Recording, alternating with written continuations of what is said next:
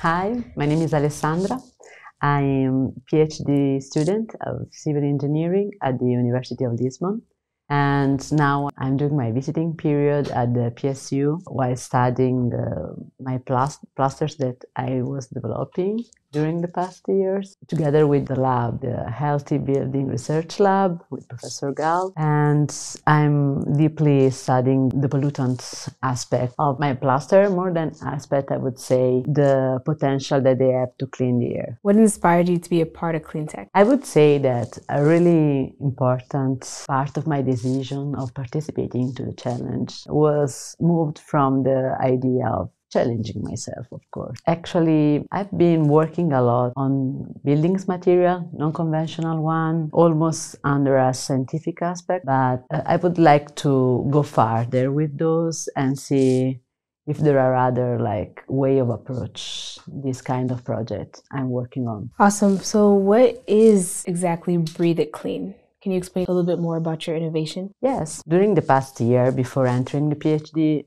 program, I was working as a civil engineer in Italy and in Spain, and also in Portugal. And a lot of my clients, or the clients the firm I was working for, were complaining about the indoor air quality and their thermal comfort. Let's say that these countries back in Europe, in the southern regions of Europe, are weakly heated.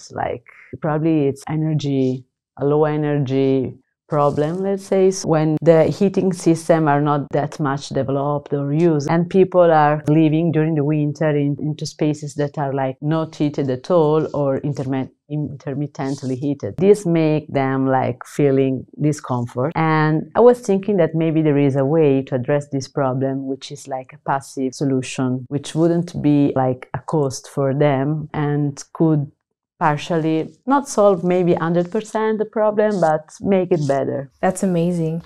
Where did you get the inspiration for this project? Thank you for the question. The inspiration was in some way was growing inside me, because I was talking to people, seeing that this problem was really spread, and trying to figure out how to join two things that I think are important, which are a passive solution, so no energy is required, so we are not there are a lot of things that are connected with the energy used. And on the other side, I'm really interested in using eco solutions, so trying to make a new product that is based on bio-waste looked like a really good idea in my case. I know you touched on this a little bit, but what problem does your project address, and why is it important to you? It's when you are in this stage of developing a project, I think you have a lot of ideas in your mind going on and you are trying to put things in place. So in my case, I would say that on one side we have the idea of improving the indoor air quality, as I was saying, and the comfort for users of residential building, for example, but that could be also applied to offices,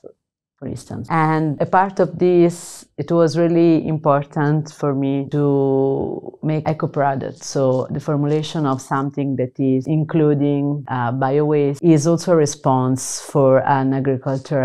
Not only agriculture, actually, because this waste is coming from, of course, there is a plant that is invasive plant, and is also a plant that is really bad for fires, for example, which in Portugal during the summer are a problem as here. Also important, I heard about that. So the propagation of fires is helped by this plant, we can say. And so they are trying to cut out this plant from the forest because it's invasive, because it's improving the propagation of fires.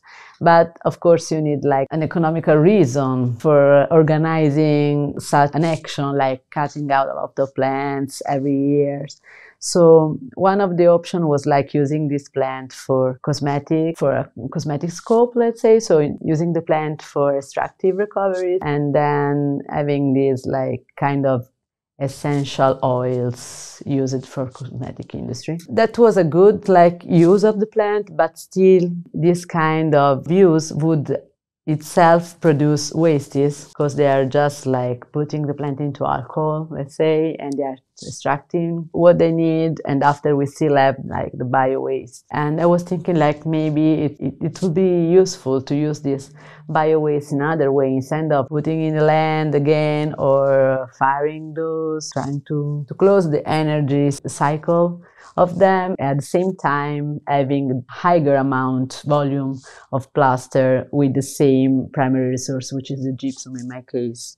Oh, that's awesome. Thank you for sharing. And so while you're working on this, what are the biggest challenges or obstacles you foresee? Okay, thank you for the question. I would say that, of course, like every scientific project, also mine can have some obstacles. First of all, for example, I already tested this biomass, like already modifying my plaster and testing this new plaster, let's call it like that, to the passive regulation of relative humidity. And for that scope, specific scope, the plaster was working great, I would say. And now, for example, I'm testing it to different pollutants, and the reaction of the same, of course, material can be different. For example, we can have good results of the reaction of my plaster to ozone, but eventually we will have a bad result to carbon dioxide. So I have to go through all the pollutants I'm interested in, which are the most commonly like spread in indoor spaces and which can have more like healthy consequences on the people, and see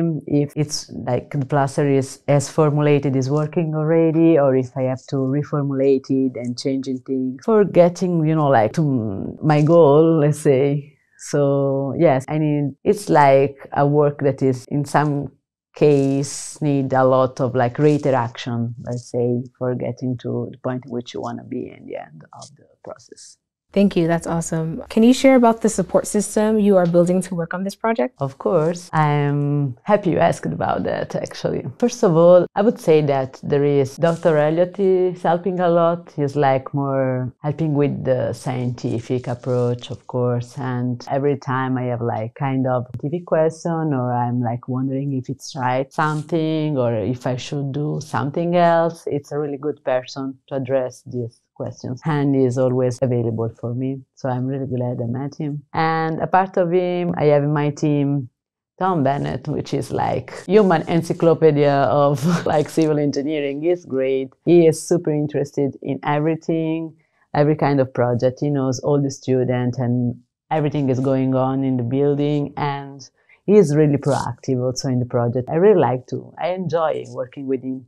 Actually, today we did a small tour of our building to the mentor we have for the assigned for the challenge, Joshua. So it's a nice team. We are building it still, knowing each other, you know, like actually for the challenge, but it's really nice so far. Wow, that sounds amazing. So what do you hope to leave with after your experience at Cleantech?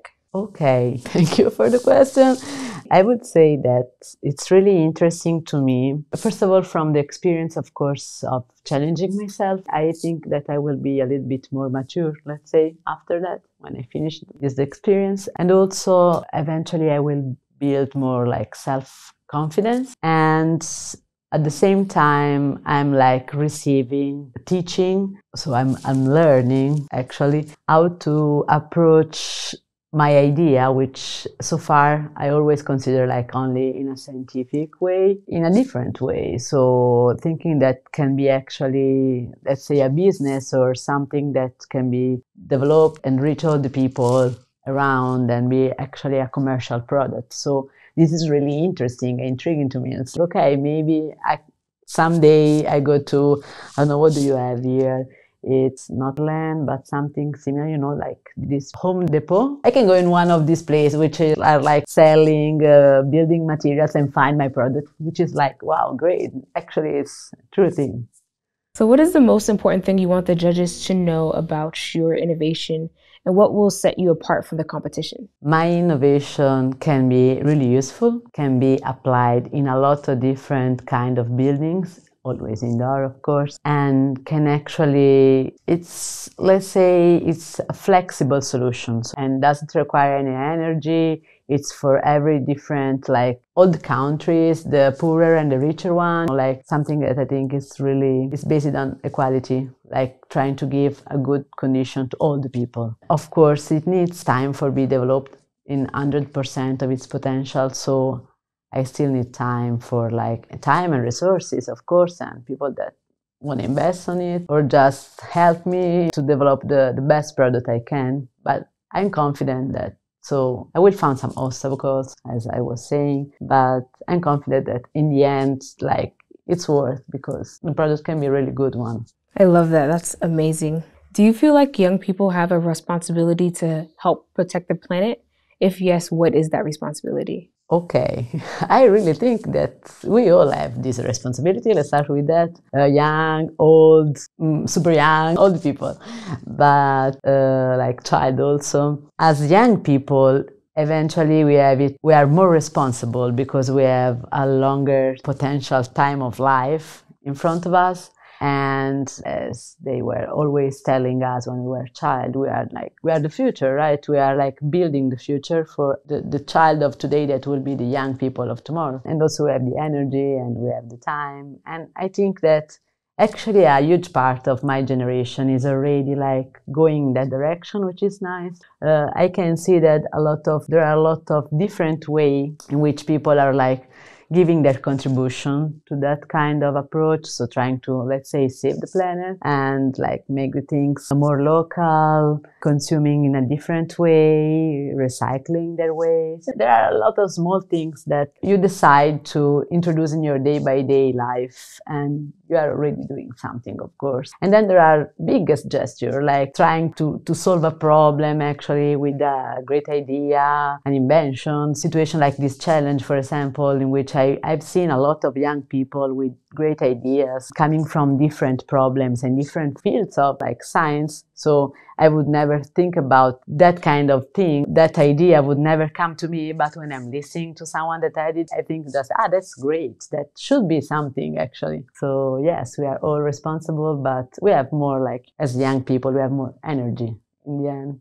Thank you for sharing. What would you like to see from the other student innovators in terms of environmental consciousness? Okay, so I would say that I've seen already things that were really interesting, like in our 3-minute speech the other day. And not all of the idea, of course, passed through the finals, but they were all interesting and all good, like, ideas that would give something, like, to the community. They can be small scale, like scale of the city hall, or they can be like bigger scale. Okay, we're gonna do something that is for everybody, that can be used from a person in this moment, could be used from a person on the other side of the world. So of course there are different, yes, scale of targeting the consciousness and solving in some specific environmental problems. But of course, like, I think they are all valid and they are all worth to be developed and be something in the end of the day.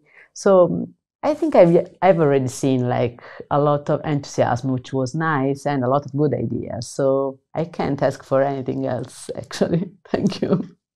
Thank you so much, and thank you for joining us today.